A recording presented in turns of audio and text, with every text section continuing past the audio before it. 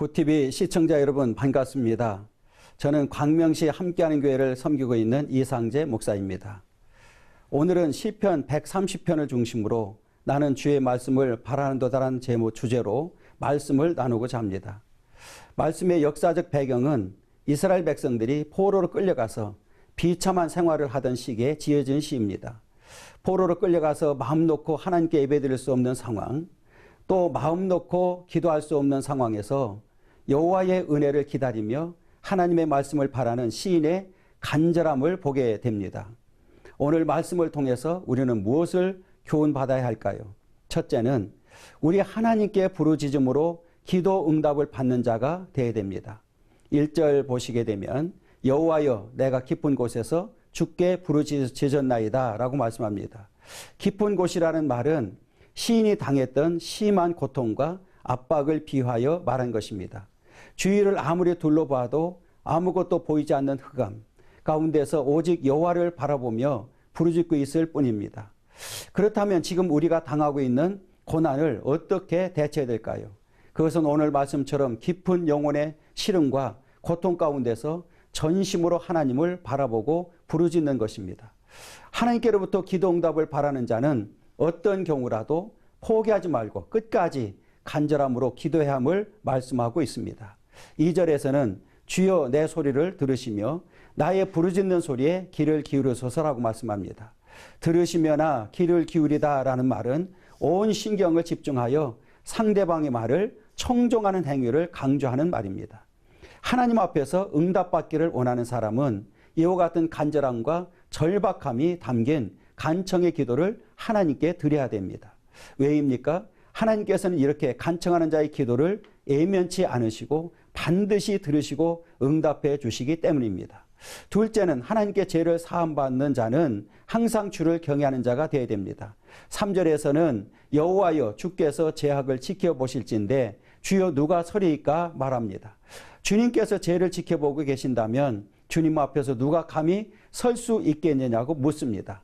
시인이 이렇게 묻고 있는 이유가 무엇입니까? 하나님께서는 우리들의 과거 죄에 대해서는 완전히 지우셨고 그리고 완전히 도말하여 아무것도 기억조차 않으심을 말합니다.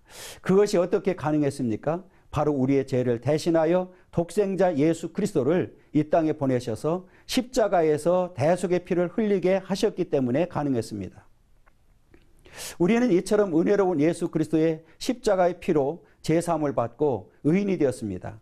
이는 우리의 과거 죄뿐 아니라 앞으로의 모든 죄조차도 다 용서받은 결과입니다.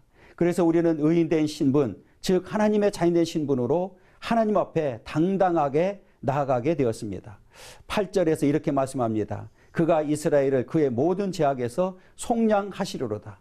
오직 우리 하나님만이 죄에서 속량하실 수 있습니다. 하나님의 속량과 구속은 모든 사람에게 열려있는 것이 아니라 오직 하나님께서 택한 백성, 언약 안에 있는 자들에게만 열려 있습니다. 그렇다면 하나님께서는 독생자 예수 그리스도를 희생하시면서까지 우리의 죄를 용서해 주신 이유가 무엇일까요? 4절에서 가르쳐주고 있습니다. 4절에서는 그러나 사유하심이 주께 있음은 주를 경외하게 하심이다라고 말씀합니다. 구원받은 하나님의 자녀로 하여금 하나님만을 경외하는 삶을 살게 하기 위함입니다. 성경은 여호와를 경외하는 것을 성도의 가장 중요한 신앙의 덕목으로 말하고 있습니다. 여러분의 신앙은 어떻습니까? 제사함을 받고 차임을 받은 자로서 마땅히 하나님만을 경외하는 삶을 살고 있습니까? 우리는 마땅히 오직 여호와만을 경외하며 살아야 됩니다. 셋째는 내 영혼은 항상 주님과 주의 말씀을 바라는 자가 되어야 합니다. 5절에서 말씀합니다. 나 곧 내 영혼은 여호와를 기다리며 나는 주의 말씀을 바라는도다. 6절 상반절에서는 파수꾼이 아침을 기다림보다 내 영혼이 주를 더 기다리니 라고 말씀합니다. 내 영혼은 여호와를 기다리고 주의 말씀을 바라는 마음이 자신의 전 존재와 전 생애를 다하여 기다리고 있음을 말합니다. 이는 하나님과 말씀이 없이는 잠시도 살 수 없기 때문에 그렇습니다. 7절에서는 이스라엘아 여호와를 바랄지어다. 여호와께서는 인자하심과 풍성한 속량이 있음이로다고 말씀합니다. 계속해서 이스라엘 자손이 여호와를 바랄 것을 강력히 촉구합니다. 그 이유는 하나님께서는 다함이 없는 사람과 속량 못할 죄가 없기 때문입니다. 그 어떤 죄인이라도 여호와께 나아가며 바라는 자는 다 하나님께서 구속하여 주시기 때문입니다. 그러므로 우리는 항상 하나님을 기다리며 주님의 말씀을 바라는 삶을 살아가야만 합니다. 시청자 여러분, 오늘 말씀처럼 저와 여러분들도 항상 여호와를 기다리며 말씀을 바람으로 인하여 날마다 승리의 삶이 되기를 간절히 소원하며 축복합니다.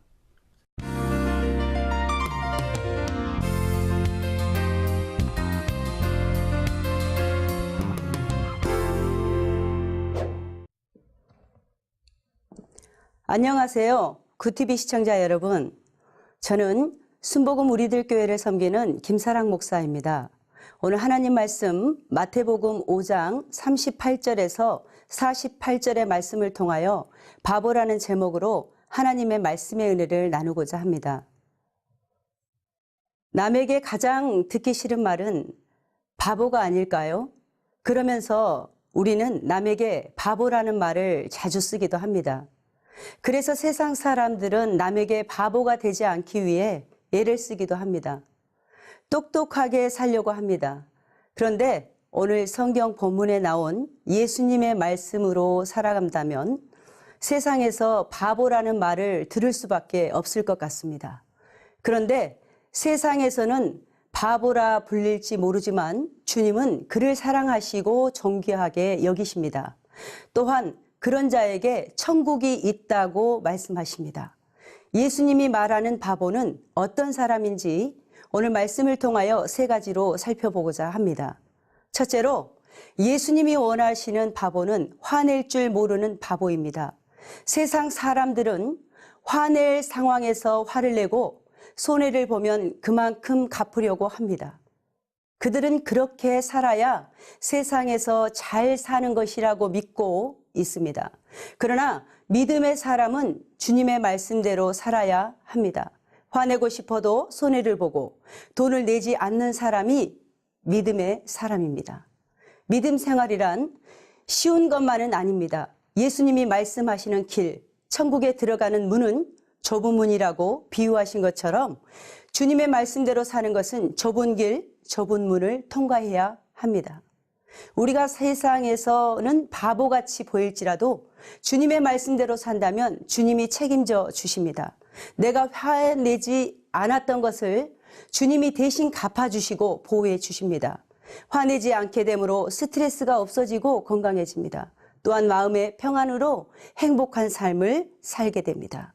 믿음 생활의 커다란 적은 화를 내고 분을 내는 것입니다. 화내고 보내면 기도와 찬양과 말씀 생활이 제대로 이루어지기가 힘이 듭니다. 신앙생활을 위해서라도 화를 내지 않는 것이 바른 믿음의 자세입니다. 둘째로 예수님이 원하는 바보는 세상에 욕심이 없는 바보입니다. 화를 내는 것뿐 아니라 욕심을 내는 것도 신앙의 걸림돌이 되는 것입니다. 세상 욕심 때문에 주님을 만나는 시간들을 소홀히 합니다. 나중에는 주일 성수도 지키지 않는 경우가 있습니다. 우리의 욕심 때문에 잠시 동안 부유해지고 조금 더 가질지라도 그 마음에 하나님이 없다면 우리는 항상 부족함을 느낍니다. 사람의 욕심은 언제나 끝이 없기 때문입니다. 반면에 욕심이 없는 사람은 가지고 있는 것에 행복해 하고 만족해 합니다. 어떤 사람이 더 부자일까요? 부자란 얼마나 많은 것을 가졌느냐가 아닌 자신이 가진 것에 얼마나 만족하느냐로 나뉩니다. 또한 주님은 내 창고에 있는 것을 이웃에게 나누어 주기를 원하십니다. 세상에선 그렇게 사는 것이 바보 같아 보이지만 성경은 진리를 가르칩니다. 주라, 그리하면 너희에게 주실 것이니 곧 후히 되어 누르고 흔들어 넘치도록 하여 너희에게 안겨주리라. 이어서 잠언서에는 흩어 구제하여도 더욱 부하게 되는 일이 있나니 과도히 아껴도 가난하게 될 뿐이니라. 이렇게 말씀하십니다. 주님은 이와 같이 우리에게 욕심을 버리고 이웃에게 베풀면 더욱 채워주십니다. 라고 말씀하십니다. 셋째로 예수님이 원하시는 바보는 원수까지도 사랑하는 바보입니다. 주님은 우리의 길을 방해하고 악을 행하는 사람도 사랑하라고 말씀하십니다. 세상은 원수에게 당한 만큼 갚아주어야 한다고 가르칩니다. 그렇게 살지 않는다면 바보라고 합니다. 원수를 사랑한다면 그것은 바보만이 할 수 있습니다. 그렇습니다. 우리는 원수까지도 사랑하는 바보입니다. 성경은 우리가 화낼 줄도 모르고 세상에 욕심도 없고 원수까지도 사랑한다면 아버지의 아들이 된다고 예수님은 말씀하십니다. 사랑하는 구티비 시청자 여러분, 자기를 사랑해주는 사람은 누구나 사랑해줄 수 있습니다. 그러나 원수를 사랑하는 사람은 믿는 자만이 할 수 있습니다. 원수까지도 사랑하라는 주님의 말씀을 지키려 노력하는 여러분이 되시기를 바랍니다. 사랑하는 구티비 시청자 여러분, 우리 모두 주님께 인정받는 존귀한 하나님의 자녀가 되시기를 예수님의 이름으로 축원드립니다.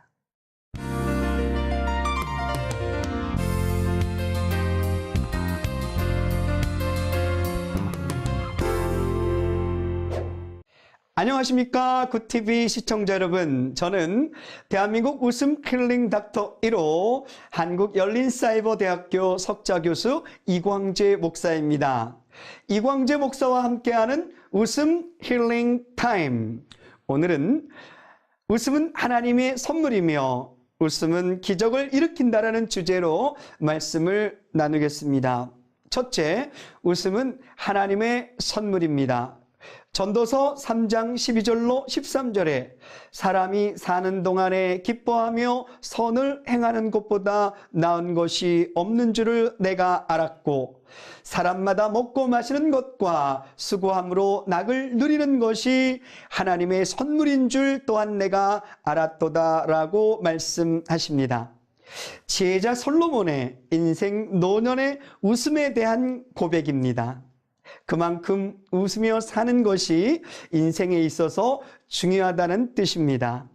오늘날 웃음과 기쁨을 잃어버리고 사는 사람들이 참 많은데 웃음을 잃었다는 것은 그만큼 만족이 없고 생각이 복잡하다는 뜻입니다.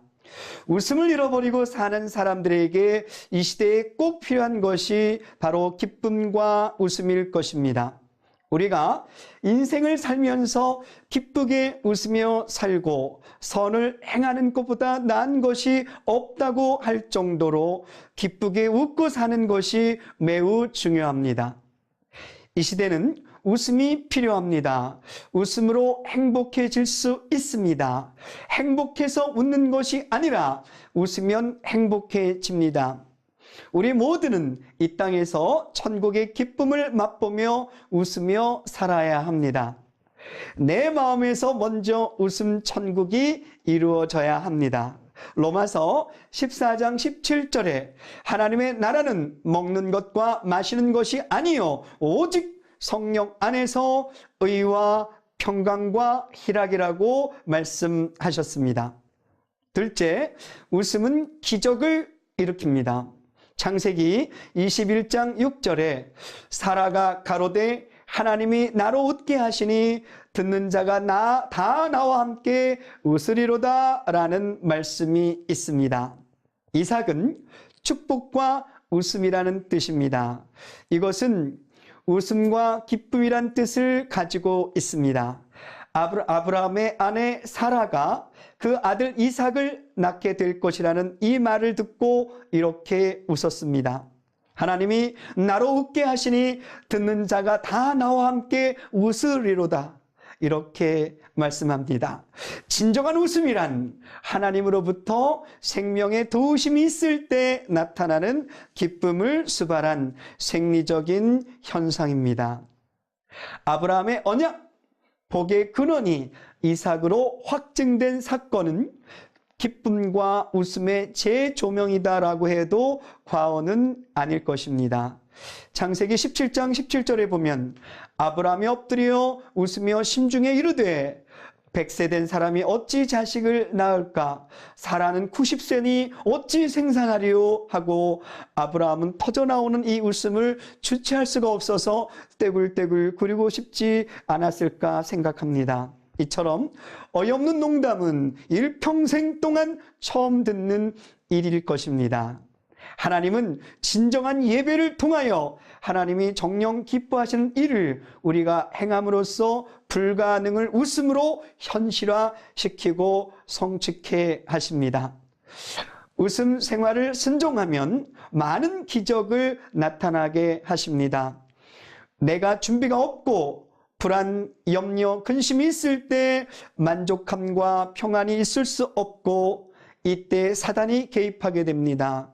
하나님의 사람은 항상 기뻐하며 즐거이 춤을 추어야 합니다.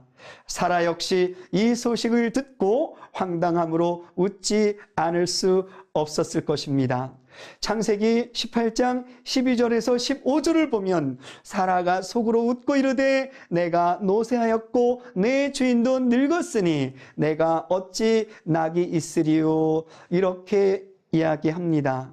하지만 하나님은 능력의 하나님이셨습니다. 굿TV 우리 시청자 여러분, 여호와께서는 우리에게 능치 못할 일이 없으십니다. 그래서 하나님은 이처럼 우리의 모든 좌절된 순간을 기쁨으로 이끌어내시는 분입니다. 웃음을 잃어버린 자에게 기쁨과 웃음을 회복시켜 줄 것입니다. 오늘도 우리는 기쁨을 회복하고 웃음꽃 피는 세상을 만들어서 우리의 삶이 기쁨이 넘치는 행복한 삶이 되시기를 바랍니다. 감사합니다.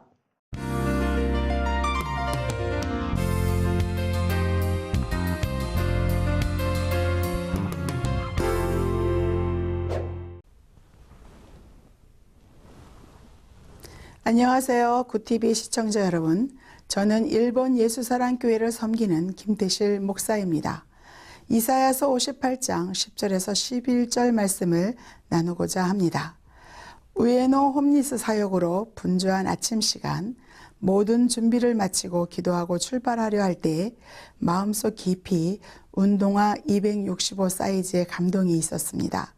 운동화를 찾아보니 265 사이즈의 운동화가 딱 한 켤레가 있어서 그것을 들고 기쁜 마음으로 사역의 현장에 가서 예배와 식사로 섬기며 마침 신년 예배라 양말을 준비해서 선물로 드리는데 사역자 한 분이 오셔서 말씀하십니다. 신발이 있었으면 좋겠습니다. 목발을 짚은 한 형제가 한쪽 다리를 끌고 다녀서 운동화가 반쯤 없어요. 신발을 신겨 드리면 좋을 텐데요. 라고 말했습니다.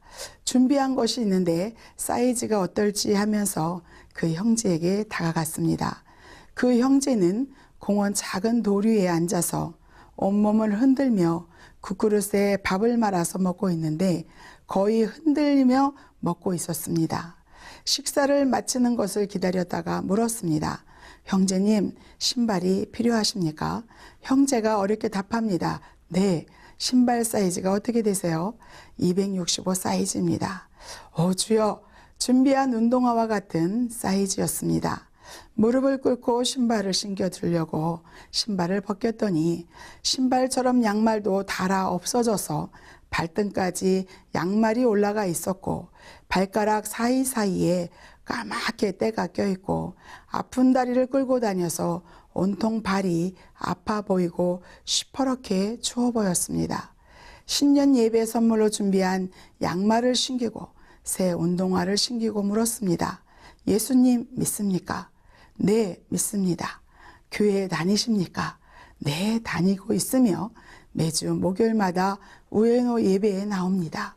기도해드려도 되겠습니까? 물었을 때 머리는 감지 못해서 엉켜있고 뭔가 치아는 닦지도 못했지만 너무나도 아름답고 선한 모습으로 눈을 마주치며 대답하십니다. 네, 기도해 주세요, 목사님.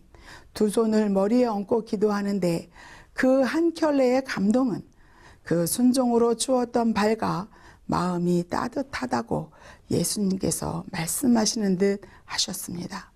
하나님 기쁨의 감동과 주님의 사랑에 감사하며 그 형제를 위해 지금은 예비하신 운동화 한 켤레였지만 우리 주님은 일하시기 시작하셨습니다. 이 형제의 아픈 마음과 불편한 몸의 흔들림도 병들어 저는 다리도 고쳐주셔서 문제의 근본을 해결하여 주시며 믿음의 간구에 응답하실 주님께 감사 기도를 올려드렸습니다. 이 작은 간증을 들은 어느 권사님이 안전화를 선물로 주시기도 하셨으며 놀라운 일이 일어나기 시작했습니다. 그 형제가 몸을 흔들며 다리를 끌며 걷기에도 힘들게 목발을 짚고 다녔는데 어느 날 보니 몸에 떨림이 거의 없어지고 식사할 때 국물도 거의 흘리지 않으며 서서 걷는 모습도 너무나 좋아진 모습에 우리 모든 사역자들이 놀라고 감사했습니다. 주님께서 역사하신 것입니다. 그렇습니다. 주님께서 주셨던 감동은 운동화 265 사이즈 한 켤레였습니다. 그리고 주님은 일하셨습니다. 주님께서 형제와 같은 연약한 자들과 함께 하심을 알게 하시고 그 사랑은 큰 기쁨이 되었습니다. 누가 기뻤을까요? 형제일까요? 감동의 순종의 도구로 사용된 자들일까요? 주님이실까요? 우리는 아주 작은 소리도 큰 소리도 우리의 사정과 형편에 따라 듣고도 듣지 않은 듯이 또는 더 급한 일이 있듯이 지나갑니다. 시간이 흐른 후에는 후회하면서 말입니다. 이사야서 58장 10절에서 11절 줄인 자에게 내 심정을 동하며 괴로워하는 자의 마음을 만족해 하면 내 빛이 흑암 중에서 발하여 내 어두움이 낮과 같이 될 것이며 나 여호와가 너를 항상 인도하여 마른 곳에서도 내 영혼을 만족해 하며 내 뼈를 견고케 하리니 너는 물된 동산 같겠고 물이 끊어지지 아니하는 샘 같을 것이라. 오늘 이 시간 주님이 주시는 감동의 세미한 음성에 귀 기울이시며 순종하셔서 큰 기쁨을 누리시며 승리하시길 주 예수 이름으로 축원합니다.